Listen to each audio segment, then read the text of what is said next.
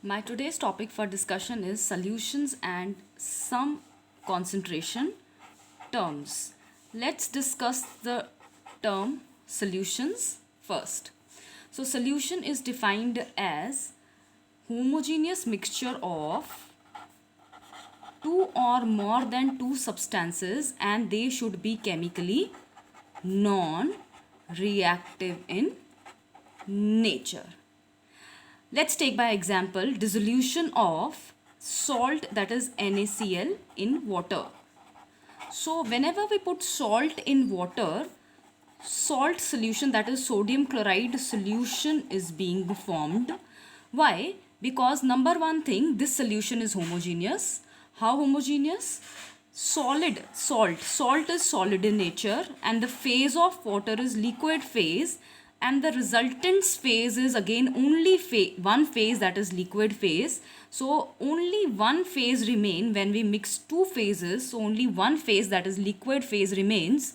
So this is homogeneous in nature.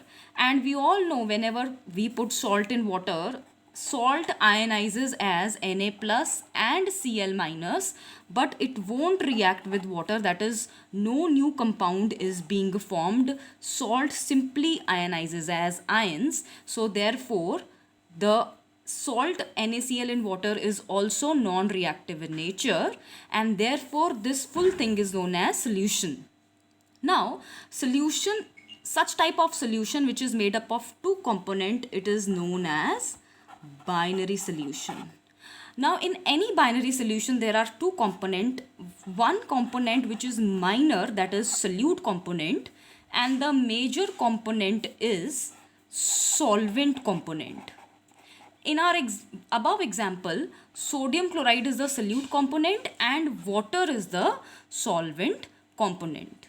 Now on the basis of the phase of solute and solvent, that means whether solute or solvent is solid, liquid or gas, we have various types of solutions.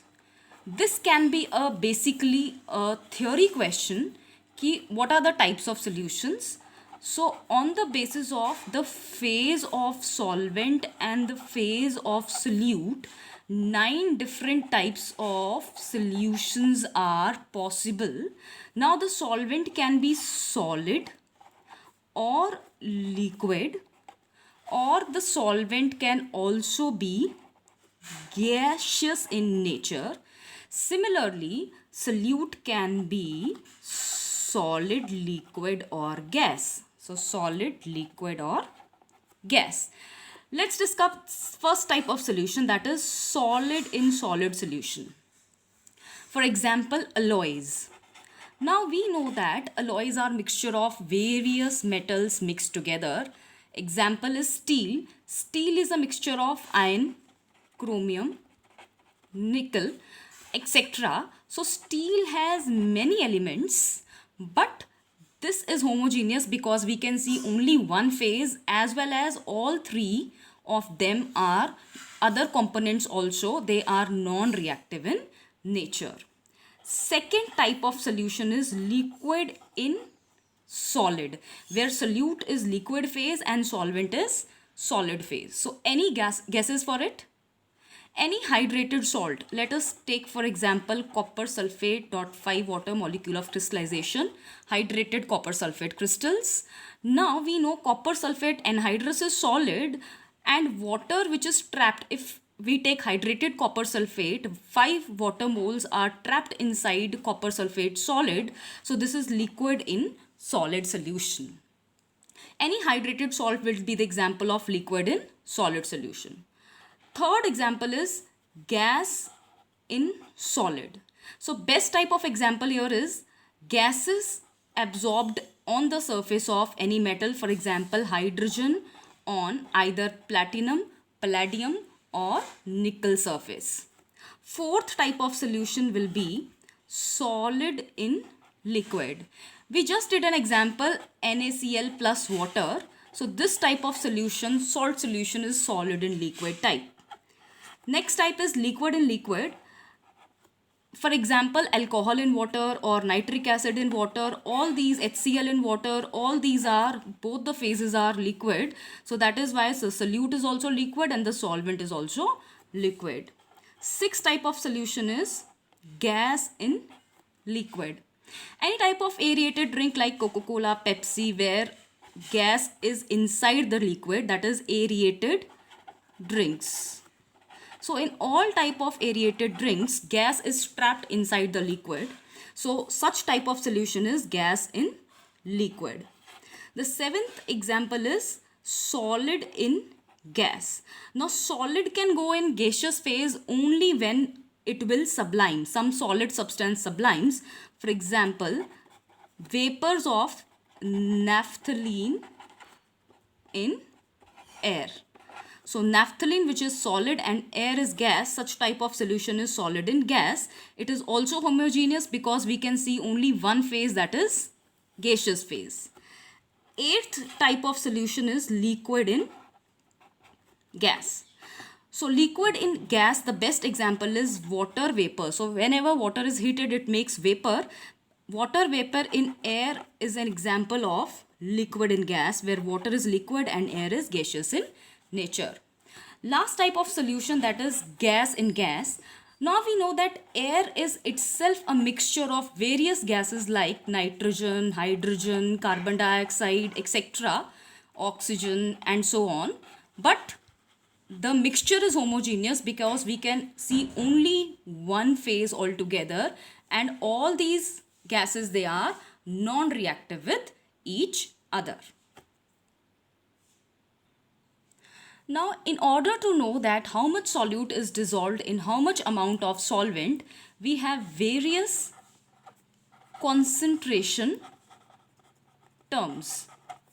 So let's discuss the various concentration terms of solution. Let's start with the simplest, that is first, that is percentage. So what is the meaning of percentage composition? For example, if I say 70% marks, that means 70 marks out of total marks, that is 100. So this is 70 marks out of total marks 100. Similarly, we can express percentage by mass of the solution. Now what is the meaning of percentage by mass of the solution? It is defined as mass of solute dissolved per mass of the solution, that is total. So this is total 100. Similarly, we say total mass of the solution. So mass of the solute dissolved per divided by total mass of the solution. And for taking the, this is the fraction. So for taking the percentage, what we do, we multiply it by 100. So this is our percentage by mass. Similarly, if I say percentage by volume, it means volume of the solute divided by total volume of the